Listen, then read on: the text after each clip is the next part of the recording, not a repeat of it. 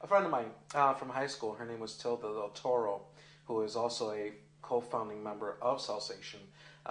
She and I, we were friends for quite some time, and she had mentioned this place called the Improv Olympic. And so I went with her one night on a Monday to see this show called the Armando Diaz Experience. And I absolutely loved it. Shortly after, I would say within a month, I decided to start taking classes at Improv Olympic. I would be at I.O. every night, dude. Unless it was closed. I was there every night watching a show or just hanging out. All right, here I was. I had started off really poorly at Improv Olympic. I think I went 22 weeks without a laugh. I remember that. There was hardly any Latinos. There's a few black people there. Jason Chin, that's one Asian. Back then, there was a lot more non-acceptance of minorities in general, including Latinos. It was me, and I would do the typical. Is there anybody else here who looks like me? Anybody else here who maybe sounds like me?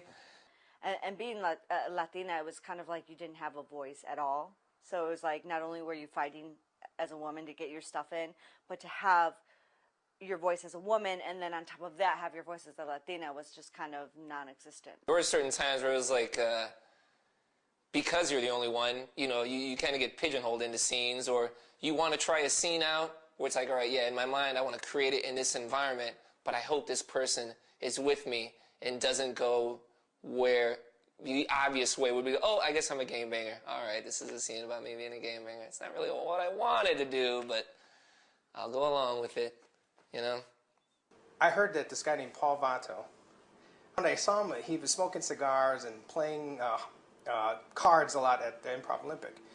Paul Vato, which is one of the other founders of Salsation, and Tilda Del Toro started hunting out the Latinos.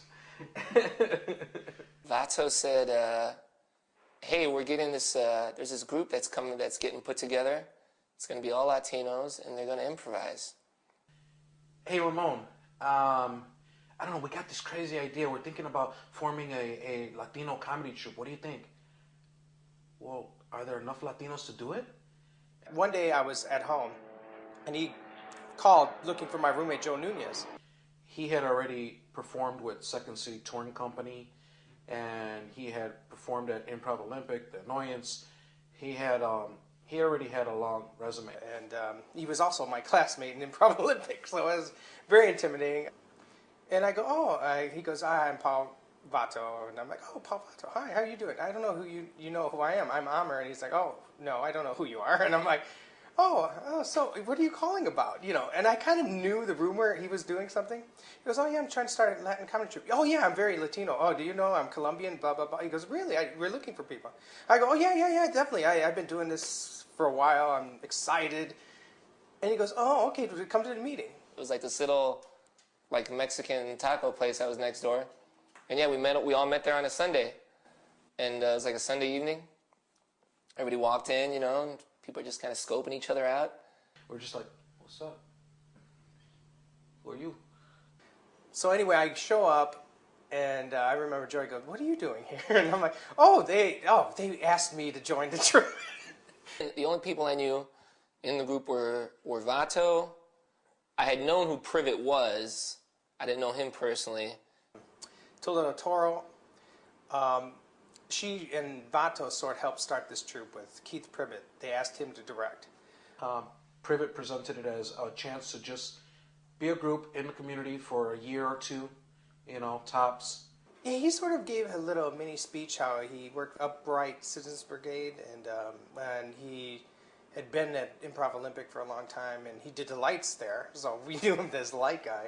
Privet, God bless Privet, man. He knew this was like his baby. He was like, this, there's nothing, and he was right, there's nothing else going on like this right now. So this is an opportunity for us to shine and to really hit a niche. Keith told us that he had been to the big, fat, stinking improv festival in Austin, and that they had a Latin showcase, and that, Chicago's the capital of comedy, and we had no representation. And we just started talking about what it is that we wanted to try to build. He showed the passion for the project. I know that there were other comedy troupes out there, like Gay Code Productions, Stir Friday Night, all Asian comedy troupe, We Be Negroes, African American troupe, and we looked up to them. They had a voice, a distinct voice in the community, and we wanted ours.